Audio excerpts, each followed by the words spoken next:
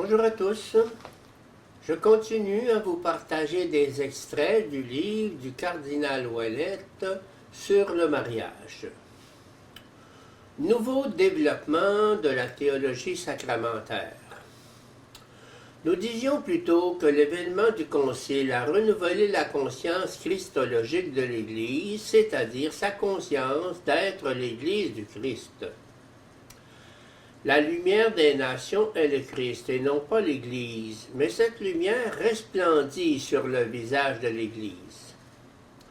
Cette conscience christocentrique est exprimée dans le premier paragraphe de la Constitution sur l'Église, lorsqu'elle emploie le terme sacramentum pour exprimer le rapport entre la réalité visible de l'Église et le mystère, mysterion, invisible de Dieu dans le Christ. L'Église est le sacrement universel du Christ, affirmeront les théologiens en prolongeant l'ouverture faite par Henri de Lubac dans les années 30.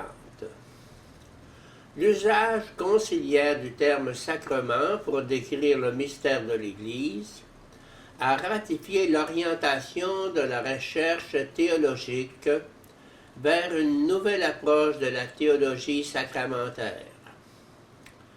La recherche post-conciliaire s'intéresse avant tout à la dimension christologique et ecclésiologique des sacrements.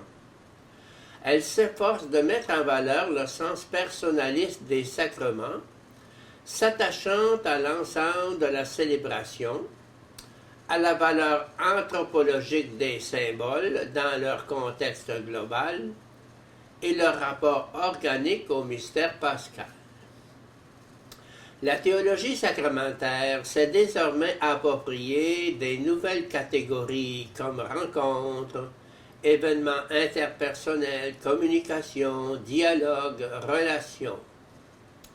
Les sacrements ne sont pas des choses, mais des actes du Seigneur glorieux dans son Église, et donc des événements où se réalise une rencontre personnelle avec Dieu, une communication vitale dans le Christ et dans le don de son esprit. La nouvelle approche de la théologie sacramentaire post-conciliaire consiste justement à enraciner sa dimension ecclésiale dans le Christ, sacrement originaire. La foi, dont le regard s'est affiné au cours de l'histoire du salut, découvre dans la figure humaine du Christ l'incarnation du mystère de Dieu, l'épiphanie de la vie divine et celui en qui le mystérion du salut est devenu transparent à tel point que le 4e évangile peut mettre dans la bouche de Jésus cette affirmation « Qui me voit, voit le Père » Jean 14, 9. Ainsi illuminé, la foi conçoit le Christ comme le sacrement originaire. Cette expression de la théologie plus récente signifie que tous les sacrements de l'Église sont récapitulés et concentrés dans le Christ de façon éminente, bien avant de trouver une explication dans la liturgie comme des signes saints qui communiquent la grâce.